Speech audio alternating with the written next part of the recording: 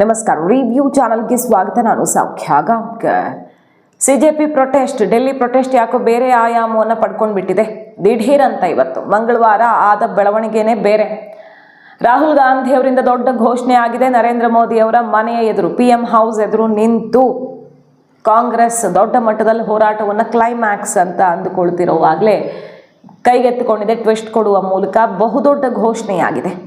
ಹಾಗಾದರೆ ಇದು ಕೈಮೀರಿ ಹೋಗಿರೋ ಪರಿಸ್ಥಿತಿಯ ಸರ್ಕಾರಕ್ಕೆ, ಅಥವಾ ಅಮಿತ್ ಶಾ ಅವರು ಇನ್ನು ಮುಂದೆ ಅಸಲಿ ಆಟವನ್ನು ಶುರು ಮಾಡ್ತಾರೆ? ಸರ್ಕಾರನೂ ಅಂದುಕೊಳ್ಳದ ಮಟ್ಟಿಗೆ ಒಂದಿಷ್ಟು ಬೆಳವಣಿಗೆಗಳಾಗ್ತಾ ಇರೋದು. ಡೀಟೇಲ್ಸ್ ಇರ್ತಾ ಹೋಗ್ತೀವಿ. ನಮ್ಮ ಚಾನಲ್ನ ಸಬ್ಸ್ಕ್ರೈಬ್ ಮಾಡಿ, ಹಾಗೆ ಬೆಲ್ ಐಕಾನ್ ಕ್ಲಿಕ್ ಮಾಡಿದ್ರೆ ಎಲ್ಲ ವಿಡಿಯೋ ಅಪ್ಡೇಟ್ಸ್ ನಿಮಗೆ ಸ್ವಲ್ಪ ಡೇಂಜರಸ್ ಆಯಾಮ ಪಡ್ಕೊಳ್ತಿದೆ. ಯಾಕಂದರೆ ಯಾವುದೇ ದೇಶ ತಗೊಳ್ಳಿ, ನಮ್ಮ ದೇಶದ ಹಿಸ್ಟ್ರಿನೇ ತಗೊಳ್ಳಿ, ವಿದ್ಯಾರ್ಥಿಗಳ ಹೋರಾಟ ಆದಾಗ ಅದೆಲ್ಲ ಸ್ವಲ್ಪ ಸೀರಿಯಸ್ ಆಗುತ್ತೆ. ರೈತರ ಹೋರಾಟಕ್ಕಿಂತನೂ ಒಂದು ಕೈ ಮೇಲಾಗಿ ಜನಕ್ಕೆ ಕನೆಕ್ಟ್ ಆಗಿಬಿಡುತ್ತೆ. ಯಾಕಂದರೆ ಪ್ರತಿಯೊಬ್ಬರ ಮನೆಯಲ್ಲೂ ವಿದ್ಯಾರ್ಥಿ ಇದ್ದೇ ಇರ್ತಾರಲ್ವ. ಹಾಗಾಗಿ ವಿದ್ಯಾರ್ಥಿಗಳ ಕಷ್ಟ ಅಂತ ಈ ಪ್ರೊಟೆಸ್ಟ್ ಎತ್ಕೊಂಡಿರೋದ್ರಿಂದ ಇದು ಇಡೀ ದೇಶಕ್ಕೆ ಕನೆಕ್ಟ್ ಆಗಿದೆ. ಮತ್ತು ಎಲ್ಲ ಕ್ಷೇತ್ರದವರು, ಕಲೆ ಅಂದರೆ ಈ ಸಿನಿಮಾದವರು, ಬೇರೆ ಬೇರೆ ಕ್ಷೇತ್ರದವರು ಎಲ್ಲರೂ ಸಪೋರ್ಟ್ ಕೊಡೋ ರೀತಿಯಲ್ಲಿ ಒಂದು ಬಹಳ ವ್ಯವಸ್ಥಿತವಾಗಿ ಹೋರಾಟವನ್ನು ರೂಪಿಸಲಾಗಿದೆ. ಆದರೆ ಅಲ್ಲಿ ಬಂದವರು ಯಾರ್ಯಾರು, ಅಲ್ಲಿ ಏನು ನಡೀತು ಎಲ್ಲೋದೆಲ್ಲ ನೋಡಿದ್ದೀವಿ. ವಿದ್ಯಾರ್ಥಿಗಳ ಕಷ್ಟವನ್ನು ಕೇಳೋಕೆ ಅಂತ ಬಂದವರು ಡೆಲ್ಲಿ ಜಂತರ್ ಮಂತರಲ್ಲಿ ಏನು ಮಾಡಿದ್ದಾರೆ ಅಂತ ನೋಡಿದ್ದೀವಿ. ಅದು ಬೇರೆ ವಿಷಯ, ಆಲ್ರೆಡಿ ರಿಪೋರ್ಟ್ ಮಾಡಿದ್ದೀವಿ. ಈಗ ನೋಡಿ, ರಾಹುಲ್ ಗಾಂಧಿ ಅವರು ಕರೆ ಕೊಟ್ಟಿದ್ದಾರೆ. ಮೋದಿ ನಿವಾಸದ ಎದುರು ನಿಂತು, ನಾವು ಇಲ್ಲಿಂದ ಹೋಗಲ್ಲ, ನಾವು ಕೇಳಿದ್ದನ್ನು ಈಡೇರಿಸೋ ತನಕ ಹೋಗಲ್ಲ. ಆದರೆ ಈಗ ಪೊಲೀಸರು ವಶಕ್ಕೆ ಪಡೆದಿದ್ದಾರೆ ರಾಹುಲ್ ಗಾಂಧಿ ಸೇರಿದಂತೆ ಪ್ರೊಟೆಸ್ಟರ್ಸ್ನ. ಸೊ ಆ ಮೂಲಕ ಯಾವ ಮಾತುಕತೆಗೂ ಮಣಿಯದಿದ್ದವರನ್ನ ಈ ವಶಕ್ಕೆ ಪಡೆದಿದ್ದಾರೆ. ಬಟ್ ಈ ಹೋರಾಟ ಇನ್ನೂ ಜಾಸ್ತಿ ಮಾಡೋಕೆ ಪ್ಲಾನ್ ರೆಡಿ ಆಗಿದೆ. ನರೇಂದ್ರ ಮೋದಿ ಅವರು ಮನೆಯಿಂದ ಹೊರಗಡೆನೆ ಬರೆದಿರೋ ರೀತಿಯಲ್ಲಿ ಒಂಥರ ಲಾಕ್ ಮಾಡಿದ್ದಾರೆ. ಏನಂತ ಅನೌನ್ಸ್ ಮಾಡಿದ್ದಾರೆ ಗೊತ್ತಾ? ವಿದ್ಯಾರ್ಥಿಗಳ ಮೇಲಿನ ದಾಳಿ ಅಂದರೆ ಇದು ಪ್ರತಿಯೊಂದು ಮನೆ ಮೇಲೆ, ಇಡೀ ಭಾರತದ ಪ್ರತಿಯೊಂದು ಭಾರತೀಯನ ಮೇಲೆ ಕೂಡ ದಾಳಿ ಮಾಡದಂತೆ. ಸೊ ನರೇಂದ್ರ ಮೋದಿ ಉತ್ತರಿಸ್ತಿಲ್ಲ, ಕ್ಷಮೆ ಕೇಳ್ತಿಲ್ಲ, ತಪ್ಪಿಸ್ಕೊಳ್ಬಹುದು ಇದರಿಂದ ಕೂಡ ಅಂತ ಭಾವಿಸಿದ್ರೆ ಮಾತ್ರ ಈ ಸಲ ಸಾಧ್ಯ ಇಲ್ಲ, ತಪ್ಪಿಸ್ಕೊಳ್ಳೋಕೆ ಸಾಧ್ಯವೇ ಇಲ್ಲ. ವಿದ್ಯಾರ್ಥಿಗಳಿಗೆ ನ್ಯಾಯ ಸಿಗಲೇಬೇಕು. ದೇಶಭಕ್ತರಿಗೆ ಮನವಿ ಮಾಡ್ತಿದ್ದೀನಿ ಪೋಸ್ಟ್ ಮಾಡಿ ಒಂದು ಘೋಷಣೆ ಮೊಳಗಿಸಿದ್ದಾರೆ. ದೇಶಭಕ್ತರಿಗೆ, ಭಾರತೀಯರಿಗೆ ಇಲ್ಲಿಂದಲೇ ಮನವಿ ಮಾಡ್ತಿದ್ದೀನಿ, ಈ ಕ್ಷಣವೇ ಜಾಗೃತರಾಗಿ ಡೆಲ್ಲಿಗೆ ಬನ್ನಿ. ಪ್ರತಿಯೊಬ್ಬರೂ ಕೂಡ ಡೆಲ್ಲಿಗೆ ಬನ್ನಿ. ಡೆಲ್ಲಿಯಲ್ಲಿ ಎಲ್ಲಿಗೆ? PM ನಿವಾಸದ ಎದುರು ಬನ್ನಿ. ವಿದ್ಯಾರ್ಥಿಗಳ ಧ್ವನಿ ನಿರ್ಲಕ್ಷಿಸೋದಕ್ಕೆ ಸಾಧ್ಯವೇ ಇಲ್ಲ.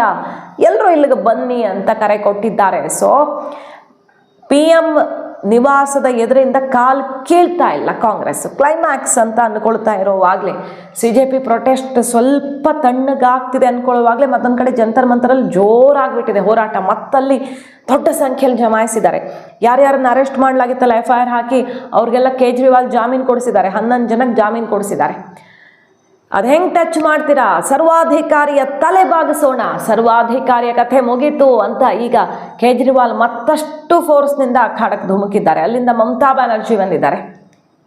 ನಾನು ಸಪೋರ್ಟ್ ಕೊಡ್ತೀನಿ, CJP ಜೊತೆಗೆ ನಾನು ನಿಲ್ತೀನಿ ಅಂತ ಮಮತಾ ಬ್ಯಾನರ್ಜಿ ಬಂದಿದ್ದಾರೆ. ಇದೆಲ್ಲಕ್ಕಿಂತ ಈಗ ಇಷ್ಟು ದಿನ ಅಂತರ ಕಾಯ್ದುಕೊಂಡಿದ್ದಂಥ ಕಾಂಗ್ರೆಸ್ಸು, ಅಂತರ ಅಂದರೆ ಸ್ಟೇಟ್ಮೆಂಟ್ಗಳಷ್ಟೇ ಕೊಡ್ತಾ ಇದ್ರು, ಬೇರೆ ಪ್ರಾದೇಶಿಕ ಪಕ್ಷಗಳ ರೀತಿ ಸಾಥ್ ಕೊಟ್ಟಿರಲಿಲ್ಲ. ಈಗ ಬೇರೆ ಆಯಾಮದಲ್ಲಿ ಈ ಕಂಪ್ಲೀಟ್ ಹೋರಾಟದ ಕ್ರೆಡಿಟ್ಟು ಬೇರೆ ಯಾರಿಗೆ ಎಷ್ಟು ಸಿಗುತ್ತೋ ಬಿಡುತ್ತೋ, ಕ್ಲೈಮ್ಯಾಕ್ಸ್ ಟಚ್ ನಾವೇ ಕೊಡ್ತೀವಿ, ಪ್ರಧಾನಿ ತಲೆ ನಾವೇ ತೆಗಿತೀವಿ, ಪ್ರಧಾನಿ ಯಾಕೆ ಪ್ರಧಾನಿ ತನಕನೂ ಹೋಗ್ತೀವಿ ಅಂತ ಈಗ ಪ್ರಧಾನಿ ರಾಜೀನಾಮೆ ಆಗಲಿ, ಅಮಿತ್ ಶಾ ರಾಜೀನಾಮೆ ಆಗಲಿ ಅಂತ ಒತ್ತಾಯಿಸಿ ನರೇಂದ್ರ ಮೋದಿ ಅವರ ನಿವಾಸದ ಎದುರು ನುಗ್ಗಿದ್ದಾರೆ.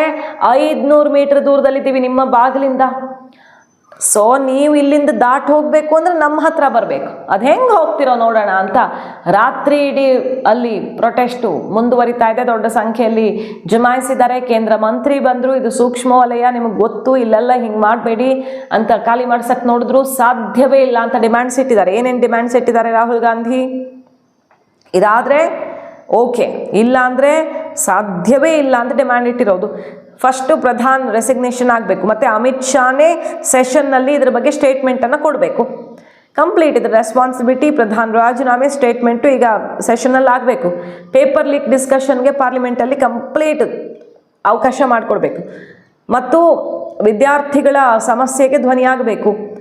ಹಾಗೆ ಪ್ರೊಟೆಸ್ಟಲ್ಲಿ ವೈಲೆನ್ಸ್ ಆಯ್ತಲ್ಲ, ಅದು ಇನ್ವೆಸ್ಟಿಗೇಷನ್ ಆಗಬೇಕು, ಇಷ್ಟು ಕಂಡೀಷನ್ ಹಾಕಿದ್ದಾರೆ. ಇದರ ನಡುವೆ ಮೋದಿ ರಾಜೀನಾಮೆ ಕೊಡಲೇಬೇಕು ಅಂತ ಒತ್ತಾಯಿಸ್ತಾ ಇದ್ದಾರೆ. ವಿಪರ್ಯಾಸ ಅಂದರೆ ಈಗ ರಾಹುಲ್ ಗಾಂಧಿ ಅವರು ದಿಢೀರ್ ಎಂಟ್ರಿ ಕೊಟ್ಟಿದ್ಯಾಕೆ? ವಿದ್ಯಾರ್ಥಿಗಳ ಮೈ ಮುಟ್ಟಿದ್ದಾರೆ, ವಿದ್ಯಾರ್ಥಿಗಳಿಗೆ ಹೊಡೆದಿದ್ದಾರೆ, ವಿದ್ಯಾರ್ಥಿಗಳ ಮೇಲೆ ಅಷ್ಟು ವಾಯು ಪ್ರಯೋಗ ಆಗಿದೆ, ವಿದ್ಯಾರ್ಥಿಗಳನ್ನ ಈ ದೇಶದಲ್ಲಿ ನಡೆಸ್ಕೊಳ್ಳೋ ರೀತಿನೇ ಅಲ್ಲ, ಅದು ಶೇಮ್. ಅದು ಹೆಂಗೆ ಇದನ್ನು ನಿರ್ಲಕ್ಷ್ಯ ಮಾಡೋಕ್ಕೆ ಸಾಧ್ಯ? ಇದು ದೊಡ್ಡ ವಿಷಯ, ಇದರಿಂದ ಮೋದಿ ತಪ್ಪಿಸ್ಕೊಳ್ಳೋಕೆ ಸಾಧ್ಯ ಇಲ್ಲ, ವಿದ್ಯಾರ್ಥಿಗಳ ಮೈ ಮುಟ್ಟಿದ್ದೀರಿ ಅಂತ. ರಾಹುಲ್ ಗಾಂಧಿಯವರೇ ಎಲ್ಲಿದ್ದೀರಿ? ಡಬಲ್ ಸ್ಟ್ಯಾಂಡರ್ಡ್ ರಾಹುಲ್ ಗಾಂಧಿಯವರು ನಿಜವಾಗಿಯೂ ಏನು ಹೇಳ್ತಿದ್ದಾರೆ ಅಂತ ಅರ್ಥ ಆಗ್ತಿಲ್ಲ. ಕೇರಳ ಕಾಂಗ್ರೆಸ್, ನಾನು ಆಲ್ರೆಡಿ ಈ ವಿಡಿಯೋದಲ್ಲಿ, ಹಿಂದಿನ ವಿಡಿಯೋದಲ್ಲಿ ಇಟ್ಟಿದ್ದೆ, ಮತ್ತೆ ಇದನ್ನು ರಿಪೀಟ್ ಮಾಡಲೇಬೇಕು, ಯಾಕಂದ್ರೆ ತುಂಬ ಇಂಪಾರ್ಟೆಂಟ್ ವಿಚಾರ. ಎಷ್ಟು ಜನ ನೋಡಿದಿರೋ ನೋಡಿಲ್ವೋ ದಯವಿಟ್ಟು ಗಮನಿಸಿ. ಕೇರಳದಲ್ಲಿರೋದು ಕಾಂಗ್ರೆಸ್ ಸರ್ಕಾರ, ಅಲ್ಲೂ ವಿದ್ಯಾರ್ಥಿಗಳ ಪ್ರತಿಭಟನೆ ಆಗಿದೆ, ಒಂದು ಫೀಸ್ ಹೈಕು ಮತ್ತು ಇದೆಲ್ಲ ನೀಟು ಎಲ್ಲ ಸೇರಿಸಿ ಒಂದು ದೊಡ್ಡ ಹೋರಾಟ ಆಗಿದೆ. ಕ್ರೌಡ್ ಕಂಟ್ರೋಲ್ ಮಾಡೋಕ್ಕಾಗದೆ ಇದೇ ರಾಹುಲ್ ಗಾಂಧಿಯವರ ಕಾಂಗ್ರೆಸ್ ಸರ್ಕಾರ ವಾಟರ್ ಕ್ಯಾನಾನ್ ಪ್ರಯೋಗವನ್ನು ಮಾಡಿದೆ. ವಿದ್ಯಾರ್ಥಿಗಳ ಮೇಲೆ ಏನು ಮಾಡಿದ್ದಾರೆ ದೃಶ್ಯ ನೋಡಿ. ವಿದ್ಯಾರ್ಥಿಗಳನ್ನು ಬಲಪ್ರಯೋಗದ ಮೂಲಕವೇ ಅವರ ಹೋರಾಟ ಹತ್ತಿಕ್ಕೋದಕ್ಕೆ ಕಾಂಗ್ರೆಸ್ನ ಸರ್ಕಾರ ಕೇರಳದಲ್ಲಿ ಬಲಪ್ರಯೋಗ ಮಾಡಿದೆ. ಸೊ ಅಲ್ಲಿ ಮೈ ಮುಟ್ಟಿಲ್ಲ, ಇಲ್ಲಿ ಮೈ ಮುಟ್ಟಿದ್ದಾರಾ? ಇಲ್ಲಿ ವಿದ್ಯಾರ್ಥಿಗಳಿಗೆ ಹೊಡೆದಿದ್ದಾರೆ, ಇಲ್ಲಿ ವಿದ್ಯಾರ್ಥಿಗಳನ್ನು ಈ ರೀತಿ ಹಿಂಸೆಗೊಳಪಡಿಸಿದ್ದಾರೆ, ವೈಲೆನ್ಸ್ ಆಗಿದೆ. ವಿದ್ಯಾರ್ಥಿಗಳು ಅಂತ ಬಂದವರಲ್ಲಿ ಎಷ್ಟು ಜನ ಕಲ್ಲು ತೂರಿದ್ದಾರೆ, ಯಾವ ರೀತಿ ಪೊಲೀಸರನ್ನು ಹೊಡೆದು ಅಟ್ಟಾಡಿಸಿ ಮಾಡಿದ್ದಾರೆ, ವ್ಯಾನು ಜೀಪು ವೆಹಿಕಲ್ಸನ್ನು ಉರುಳಿಸಿ ಹಾಕಿದ್ದಾರೆ, ಮೆಟ್ರೋ ಸ್ಟೇಷನ್ಗೆ ನುಗ್ಗಿದ್ದಾರೆ. ಅದೆಲ್ಲ ಬಿಡಿ, ಬೇಡ, ನೋಡಬೇಡಿ ಯಾರು. ಅಟ್ಲೀಸ್ಟ್ ಕೇರಳದ ನೋಡಿ, ಏನಿದು, ಯಾಕೆ ಮಾಡಿದ್ರು ಅಲ್ಲಿ, ಯಾಕೆ ವಿದ್ಯಾರ್ಥಿಗಳನ್ನ ಈ ರೀತಿ ಮಾಡಲಾಯಿತು ಕೇರಳದಲ್ಲಿ ಅನ್ನೋದಕ್ಕೆ ಆನ್ಸರ್ ಇನ್ನೂ ಸಿಕ್ಕಿಲ್ಲ. ಬಟ್ ರಾಹುಲ್ ಗಾಂಧಿಯವರು PM ನಿವಾಸ ಎದುರು ಜಮಾಯಿಸಿದ್ದಾರೆ. PM ಅದು ಹೆಂಗೆ ಬರ್ತಾರೋ ಹೊರಗಡೆ ನೋಡೇ ಬಿಡೋಣ ಅಂತ, ವಿದ್ಯಾರ್ಥಿಗಳಿಗೆ ಹೊಡೆದಿದ್ದೀರಾ ಅಂತ. ಸೊ ಕಾಂಗ್ರೆಸ್ ಏನಿದು, ಈ ರಾಜ್ಯದಲ್ಲಿ ಹಾಗೆ, ಡೆಲ್ಲಿಲಿ ಹಿಂಗೆ, ಇದೇನು ಕಥೆ ಅನ್ನೋ ರೀತಿಯಲ್ಲಿ ಈ ಹೊಸ ಆಯಾಮ ಈಗ ಪಡ್ಕೊಳ್ತಿರೋದು. ಅಲ್ಲಿ ಫಾರ್ಮರ್ಸ್ ಪ್ರೊಟೆಸ್ಟು ಜೋರಾಗಿದೆ, ಕೇಂದ್ರ ಸರ್ಕಾರಕ್ಕೆ ಸ್ವಲ್ಪ ಬಿಸಿ ಮುಟ್ಟೋ ತನಕನೇ. ಬಟ್ ಆಶ್ಚರ್ಯ ಆಗ್ತಿರೋದು, ಟ್ರೇಡ್ ಡೀಲ್ ಆಗಿಲ್ಲ. ಅಮೆರಿಕ ಟ್ರೇಡ್ ಡೀಲ್ ವಿಚಾರದಲ್ಲಿ ಸಿಡ್ದೆದ್ದಿರೋದು ಇದ್ದಕ್ಕಿದ್ದಂತೆ. ಟ್ರೇಡ್ ಡೀಲ್ ಈಗ ಮುರಿದು ಬಿದ್ದು ಅಂದರೆ ಅದು ಸೈಲೆಂಟ್ ಆಗಿ ಹೋಗಿದೆ. ಅವ್ರು ಹೇಳಿದ್ದು ನಾವು ಒಪ್ಪಿಲ್ಲ, ಮ್ಯೂಚುವಲಿ ಎಲ್ಲ ಫೈನಲ್ ಆಗೋ ತನಕ ಟ್ರೇಡ್ ಡೀಲ್ ಇಲ್ಲ ಅಂತ ಅಲ್ಲಿಗೆ ಸ್ಟಾಪ್ ಆಗಿದೆ. ಅದು ಪಾಸ್ ಆಗಿದೆ, ಸ್ಟಾಪ್ ಅನ್ನೋಕ್ಕಿಂತ ಪಾಸ್ ಆಗಿದೆ. ರೈತರ ಹಿತದ ಜೊತೆ ಕಾಂಪ್ರಮೈಸ್ ಆಗೋದೇ ಇಲ್ಲ ಅಂತ ಟ್ರಂಪ್ಗೆ ಡೈರೆಕ್ಟ್ ಹಿಟ್ ಕೊಟ್ಟಿದ್ದಾರೆ ಮೋದಿ. ಆದರೂ ಈಗ ಇದ್ದಕ್ಕಿದ್ದಂತೆ CJP ಪ್ರೊಟೆಸ್ಟ್ ಆಗ್ತಿರೋ ಹೊತ್ತಲ್ಲಿ ಫಾರ್ಮರ್ಸ್ ಪ್ರೊಟೆಸ್ಟು ಸಿಕ್ಕಾಪಟ್ಟೆ ಜೋರಾಗಿ ಶುರುವಾಗಿದೆ. ಡೆಲ್ಲಿಗೆ ನುಗ್ಗಕ್ಕೆ ಅವರು ಬರ್ತಿದ್ದಾರೆ. ಸೊ ಅಲ್ಲಿಂದ ಇಲ್ಲಿಂದ ಎಲ್ಲೆಲ್ಲಿಂದನೋ ಜನ ಬಂದು ನುಗ್ಗಿ ಮೋದಿ ನಿವಾಸವನ್ನೇ ಉರುಳಿಸಿ ಹಾಕಿ ಸಂಸತ್ತನ್ನು ಧ್ವಂಸ ಮಾಡಿ ಪ್ರಧಾನಿ ಮೇಲೇ ಅಟ್ಯಾಕ್ ಮಾಡೋ ತನಕ ಪ್ಲ್ಯಾನ್ ಆಗಿದೆ. ಬಾಯ್ಬಿಟ್ಟು ಹೇಳಿಬಿಟ್ಟಿದ್ದಾರೆ, ಪ್ರಧಾನಿ ಸಿಕ್ಕರೆ ಅಟ್ಯಾಕ್ ಮಾಡ್ತೀವಿ ಅಂತ. ಯಾರ್ಯಾರು ಏನೇನು ಮಾತಾಡಿದ್ದಾರೆ ನೋಡಿದ್ದೀವಿ. ಸೊ ಭಯಂಕರವಾದ ಪ್ಲ್ಯಾನು ಈ ಸಲ. ವಿದ್ಯಾರ್ಥಿಗಳ ಕಿಚ್ಚು ಅಂದರೆ ವಿವಿಧ ದೇಶಗಳಲ್ಲೆಲ್ಲ ದಂಗೆಯಾಗಿ ಸರ್ಕಾರ ಬಿದ್ದೋಗಿರೋದು ವಿದ್ಯಾರ್ಥಿ ಜೆನ್ಜಿ ಇಂಥದ್ದಾದಾಗಲಿ, ಬೇರೆ ಯಾವ ಹೋರಾಟಕ್ಕಿಂತ ಅದು ತುಂಬ ಪವರ್ಫುಲ್. ಅದ್ರ ಜೊತೆ ರೈತರ ಹೋರಾಟನೂ ಪವರ್ಫುಲ್ಲೇ, ಅದಕ್ಕಿಂತ ಸ್ಟೂಡೆಂಟ್ಸ್ ಇನ್ನೂ ಕನೆಕ್ಟ್ ಆಗಿಬಿಡ್ತಾರೆ. ಸೊ ಎರಡೂ ಮಿಕ್ಸ್ ಆಗಿಬಿಟ್ಟಿದೆ. ಈಗ ಸರ್ಕಾರವನ್ನು ಕಿತ್ತೇ ಬಿಡ್ತೀವಿ ಅನ್ನೋ ತನಕ ಭರ್ಜರಿಯಾಗಿ ಬಹುಶಃ ಚೀನಾ ಅಮೆರಿಕ ತುಂಬ ಖುಷಿ ಪಡ್ತಿರ್ತಾರೆ, ನಾವು ಅಂದುಕೊಂಡು ಪ್ಲ್ಯಾನ್ ಅಚ್ಚುಕಟ್ಟಾಗಿ ಆಯಿತು ಅಂತ. ಅದೇ ಕೇಳಿ ಬರ್ತಿರೋದು ಆರೋಪ. ಚೀನಾ ಅಮೆರಿಕ ಹೆಚ್ಚಿನ ಪ್ರಮಾಣದಲ್ಲಿ ಈ ಸಲ ಅಮೆರಿಕಕ್ಕಿಂತ ಚೀನಾ ತುಂಬ ಪ್ಲ್ಯಾನ್ ಮಾಡಿದೆ ಅಂತ. ಗೊತ್ತಿಲ್ಲ. ಒಟ್ಟಿನಲ್ಲಿ ಭಾರತದಲ್ಲಿ ಏನು ನಡೀತಿದೆಯಲ್ಲ ಅದು ಬಹಳ ಆಘಾತಕಾರಿ ಬೆಳವಣಿಗೆ.